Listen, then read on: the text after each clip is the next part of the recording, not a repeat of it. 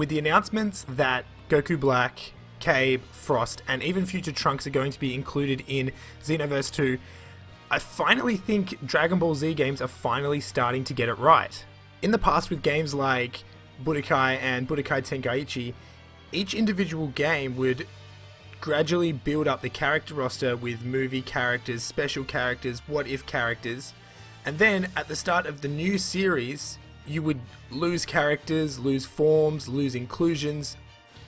But with Xenoverse and Xenoverse 2 incorporating characters from new movies and the new series, it's finally good to see that Bandai, Dimps, whoever's developing and whoever's behind the game is really starting to get behind keeping it fresh. Because if we remember the jump from Budokai Tenkaichi 3 to the Raging Blast series, there were a lot of characters that were just plain missing from the roster. And you know, it wasn't necessarily anything that went unnoticed, especially from jumping from the PlayStation 2 to, at the time, the PlayStation 3. Fans were, you know, kind of confused as to why, with these new systems, why can't we still have all of these characters, movie characters, characters from GT? Whether you liked GT or not, it was a good way to bulk up the roster. And then we kind of saw a change in the trend when Battle of Z came out. Regardless whether you liked that game, hated that game, or were indifferent to it, it was the start of adding in characters that were new at the time. So Super Saiyan Bardock, Beerus, Whis, and Super Saiyan God Goku.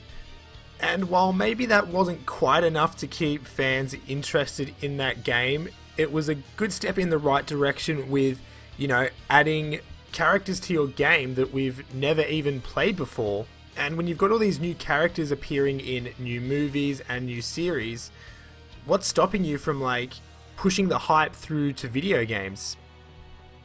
All in all, I think it's really good to see that they're keeping the game up to date with what's coming out in the anime and in the movies.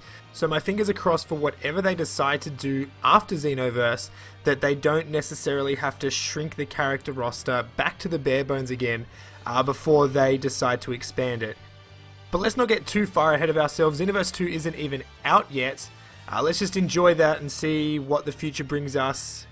Anyway, this was just a little opinion video on where I think the games are going and possible excitement for how they're going to tackle their next series.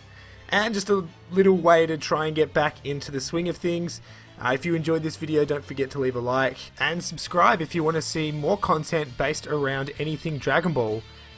Until the next video, have a fantastic day.